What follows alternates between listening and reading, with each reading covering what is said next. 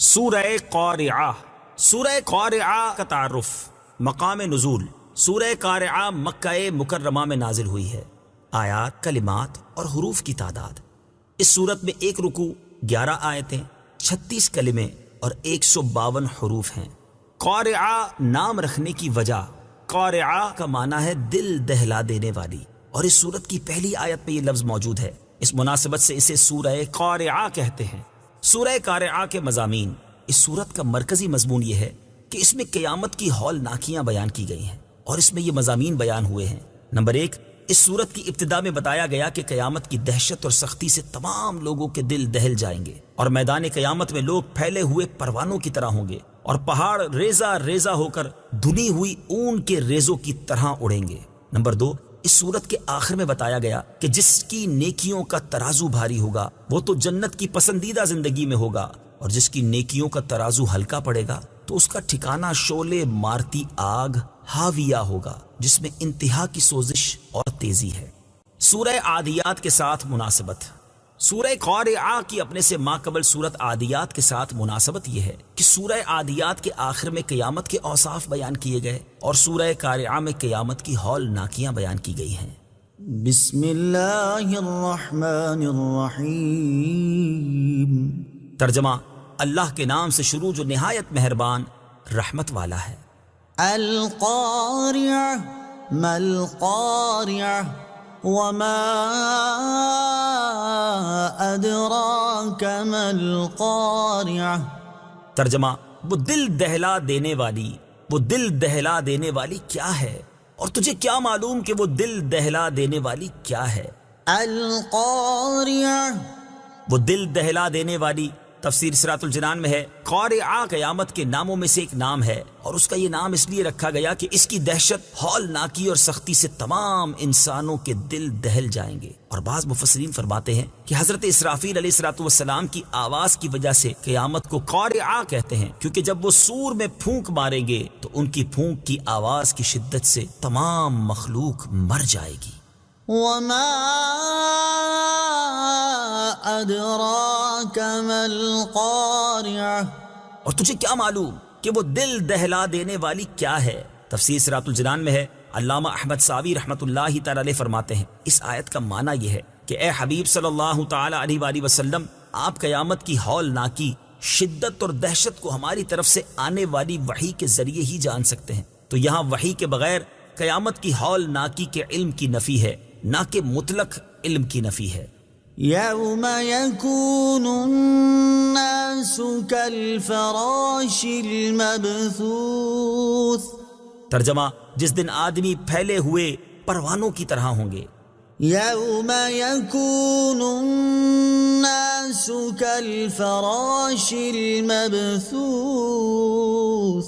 جس دن آدمی پھیلے ہوئے پروانوں کی طرح ہوں گے۔ تفسیر صراط الجنان میں ہے، یعنی جس طرح پروانے شعلے پر گرتے وقت منتشر ہوتے ہیں، اور ان کے لیے کوئی ایک جہت معین نہیں ہوتی، بلکہ ہر ایک دوسرے کے خلاف جہت سے جاتا ہے، یہی حال قیامت کے دن مخلوق کے انتشار کا ہوگا کہ جب انہیں قبروں سے اٹھایا جائے گا تو وہ پھیلے ہوئے پروانوں کی طرح منتشر ہوں گے، اور ہر ایک دوسرے کے خلاف جہت کی طرف جا رہا ہوگا۔ یاد رہے کہ اس آیت میں قبروں سے اٹھتے وقت مخلوق کے انتشار کو پھیلے ہوئے پروانوں کے ساتھ تشبیہ دی گئی ہے، جبکہ ان آیات یوم یدعو الداعی الی شیء نکر خش عن ابصارهم یخرجون من الاجداث کأنهم جراد منتشر۔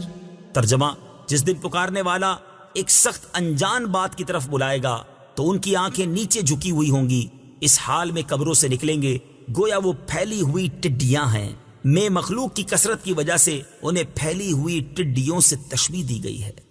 وَتَكُونُ الْجِبَالُ كَالْعِهْنِ الْمَنفُوشِ۔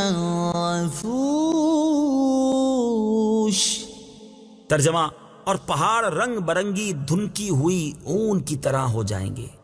وَتَكُونُ الْجِبَالُ كَالْعِهْنِ الْمَنفُوشِ۔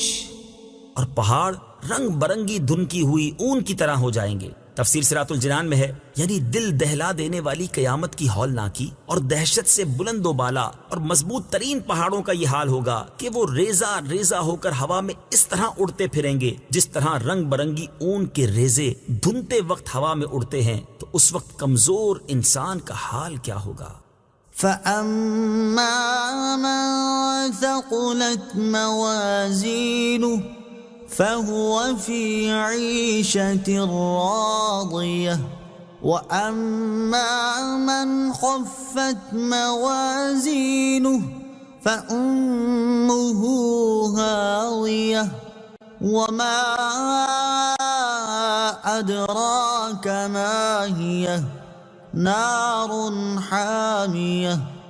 ترجمہ: تو بہرحال جس کے ترازو بھاری ہوں گے وہ تو پسندیدہ زندگی میں ہوگا، اور بہرحال جس کے ترازو ہلکے پڑیں گے تو اس کا ٹھکانہ ہاویہ ہوگا، اور تجھے کیا معلوم کہ وہ کیا ہے؟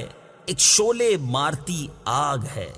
فَأَمَّا مَن ثَقُلَتْ مَوَازِينُهُ، تو بہرحال جس کے ترازو بھاری ہوں گے۔ تفسیر صراط الجنان میں ہے، قیامت کا حال ذکر کرنے کے بعد یہاں سے قیامت کے دن مخلوق کی دو قسمیں بیان فرمائی گئیں۔ چنانچہ اس آیت اور اس کے بعد والی 5 آیات کا خلاصہ یہ ہے کہ قیامت کے دن حق کی پیروی کرنے کی وجہ سے جس کی نیکیوں کے ترازو بھاری ہوں گے اور اس کے وزندار نیک عمل زیادہ ہوں گے، وہ تو جنت کی پسندیدہ زندگی میں ہوگا، اور جس کی نیکیوں کے ترازو اس وجہ سے ہلکے پڑیں گے کہ وہ باطل کی پیروی کیا کرتا تھا، تو اس کا ٹھکانہ ہاویہ ہوگا۔ اور تجھے کیا معلوم کہ وہ کیا ہے؟ وہ ایک شعلے مارتی آگ ہے جس میں انتہا کی سوزش اور تیزی ہے۔ اعمال کا وزن کیے جانے کے بارے میں ایک قول یہ ہے کہ قیامت کے دن مومن کی نیکیاں اچھی صورت میں لا کر میزان میں رکھی جائیں گی، اگر وہ غالب ہوئیں تو اس کے لیے جنت ہے، اور کافر کی برائیاں بدترین صورت میں لا کر میزان میں رکھی جائیں گی اور اس کی تول ہلکی پڑے گی، کیونکہ کفار کے اعمال باطل ہیں، ان کا کچھ وزن نہیں، تو انہیں جہنم میں داخل کیا جائے گا۔ اور ایک قول یہ ہے کہ قیامت کے دن صرف مومنوں کے اعمال کا وزن کیا جائے گا، تو جس مومن کی نیکیاں برائیوں پر غالب ہوئیں وہ جنت میں داخل ہوگا، اور جس کے گناہ نیکیوں پر غالب ہوئے تو وہ جہنم میں داخل ہوگا، اور اپنے گناہوں کی سزا پوری ہونے کے بعد جہنم سے نکال کر جنت میں داخل کر دیا جائے گا، یا اللہ تعالیٰ اپنے فضل و کرم اور اپنی رحمت سے اسے معاف کر کے جنت میں داخل کر دے گا، جبکہ کفار کے اعمال کا وزن نہیں کیا جائے گا، جیسا کہ اللہ تعالیٰ نے ارشاد فرمایا: فَلَا نُقِيمُ لَهُمْ يَوْمَ الْقِيَامَةِ وَزْنًا۔ ترجمہ: پس ہم ان کے لیے قیامت کے دن کوئی وزن قائم نہیں کریں گے۔ البتہ اس بارے میں تحقیق یہ ہے کہ جن کافروں کو اللہ تعالیٰ جلد دوزخ میں ڈالنا چاہے گا انہیں اعمال کے وزن کیے بغیر دوزخ میں ڈال دے گا، اور بقیہ کافروں کے اعمال کا وزن کیا جائے گا۔ اسی طرح بعض مسلمانوں کو اللہ تعالیٰ اعمال کا وزن کیے بغیر بے حساب جنت میں داخل کر دے گا۔ یہاں یہ بات ذہن نشین رہے، نمبر 1، قیامت کے دن میزان قائم کیا جانا اور اعمال کا وزن ہونا حق ہے۔ اللہ تعالیٰ ارشاد فرماتا ہے: وَالْوَزْنُ يَوْمَئِذٍ الْحَقُّ فَمَنْ ثَقُلَتْ مَوَازِينُهُ فَأُولَئِكَ هُمُ الْمُفْلِحُونَ وَمَنْ خَفَّتْ مَوَازِينُهُ فَأُولَئِكَ الَّذِينَ خَسِرُوا أَنفُسَهُمْ بِمَا كَانُوا بِآيَاتِنَا يَظْلِمُونَ۔ ترجمہ: اور اس دن وزن کرنا ضرور برحق ہے، تو جن کے پلڑے بھاری ہوں گے تو وہی لوگ فلاح پانے والے ہوں گے، اور جن کے پلڑے ہلکے ہوں گے تو وہی لوگ ہیں جنہوں نے اپنی جانوں کو خسارے میں ڈالا اس وجہ سے کہ وہ ہماری آیتوں پر ظلم کیا کرتے تھے۔ صدق اللہ العظیم۔